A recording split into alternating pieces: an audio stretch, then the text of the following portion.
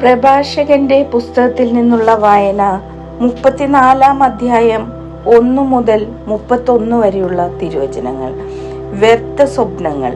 അവിവേകിയുടെ പ്രതീക്ഷകൾ വ്യർത്ഥവും നിരർത്ഥകവുമാണ്.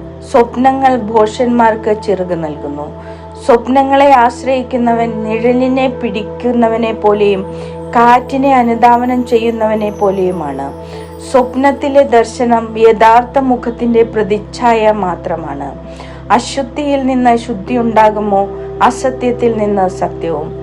ഗർഭിണിയുടെ ഭാവന പോലെ ശകുനം, നിമിത്തം, സ്വപ്നം ഇവയെല്ലാം മിഥ്യയാണ്. അത്യുന്നതനിൽ നിന്നുള്ള ദർശനമല്ലെങ്കിൽ അതിനെ അവഗണിക്കുക. സ്വപ്നങ്ങൾ അനേകരെ വഞ്ചിച്ചിട്ടുണ്ട്. അവയിൽ ആശ്രയിച്ചവർ പരാജയപ്പെട്ടിട്ടുണ്ട്. അത്തരം വഞ്ചനകൾ കൂടാതെ നിയമം നിറവേറ്റാം. സത്യസന്ധമായ ചുണ്ടുകളിൽ വിജ്ഞാനത്തിന് പൂർണ്ണത ലഭിക്കുന്നു. വിദ്യാസമ്പന്നൻ വളരെ കാര്യങ്ങൾ അറിയുന്നു. അനുഭവസമ്പന്നൻ വിവേകത്തോടെ സംസാരിക്കുന്നു. അനുഭവജ്ഞാനമില്ലാത്തവന് അറിവ് കുറയും. യാത്ര ചെയ്തിട്ടുള്ളവർ കഴിവുറ്റവനാകുന്നു. യാത്രയിൽ ഞാൻ വളരെ കാര്യങ്ങൾ കണ്ടിട്ടുണ്ട്. പ്രകടിപ്പിക്കാൻ കഴിയുന്നതിനേക്കാൾ കൂടുതൽ ഞാൻ ഗ്രഹിക്കുന്നു. ഞാൻ പലപ്പോഴും മാരകമായ അപകടങ്ങളിൽ പെട്ടിട്ടുണ്ട്. എന്നാൽ അനുഭവജ്ഞാനം എന്നെ രക്ഷിച്ചു. ദൈവഭക്തന്റെ ജീവൻ നിലനിൽക്കും. അവന്റെ പ്രത്യാശ അവന്റെ രക്ഷകനിലാണ്. ദൈവഭയം. കർത്താവിനെ ഭയപ്പെടുന്നവൻ അധീരനാവുകയോ ഭീരത്വം പ്രകടിപ്പിക്കുകയോ ഇല്ല.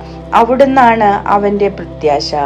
ദൈവഭക്തന്റെ ആത്മാവ് അനുഗ്രഹീതമാണ്. തന്റെ ആശ്രയം അവൻ അറിയുന്നു. തന്നെ സ്നേഹിക്കുന്നവരെ കർത്താവ് കടാക്ഷിക്കുന്നു.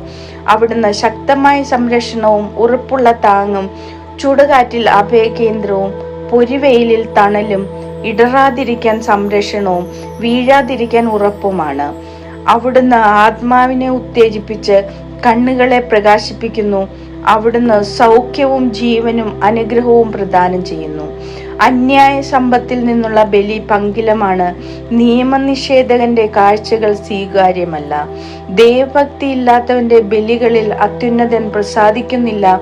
അവൻ എത്ര ബലി അർപ്പിച്ചാലും അവിടുന്ന് പ്രസാദിക്കുകയോ പാപമോചനം നൽകുകയോ ഇല്ല.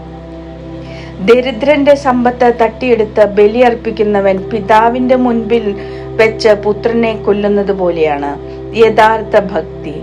ദരിദ്രന്റെ ജീവൻ അവന്റെ ആഹാരമാണ്. അത് അപഹരിക്കുന്നവൻ കൊലപാതകിയാണ്. അയൽക്കാരന്റെ ഉപജീവന മാർഗം തടയുന്നവൻ അവനെ കൊല്ലുകയാണ്. വേലക്കാരന്റെ കൂലി കൊടുക്കാതിരിക്കുക രക്തച്ചൊരിച്ചിലാണ്. ഒരുവൻ പണിയുന്നു, അപരൻ നശിപ്പിക്കുന്നു. അധ്വാനമല്ലാതെ അവർക്കെന്ത് ലാഭം? ഒരുവൻ പ്രാർത്ഥിക്കുന്നു, അപരൻ ശപിക്കുന്നു. അവരുടെ ശബ്ദമാണ് കർത്താവ് ശ്രദ്ധിക്കുക. മൃതശരീരത്തിൽ തൊട്ടിട്ട് കൈ കഴുകിയവൻ വീണ്ടും അതിനെ സ്പർശിച്ചാൽ കഴുകൽ കൊണ്ട് എന്ത് പ്രയോജനം? പാപങ്ങളെ പ്രതി ഉപവസിച്ചിട്ട് വീണ്ടും അത് ചെയ്താൽ അവന്റെ പ്രാർത്ഥന ആര് ശ്രവിക്കും? എളിമപ്പെടൽ കൊണ്ട് അവൻ എന്തു നേടി?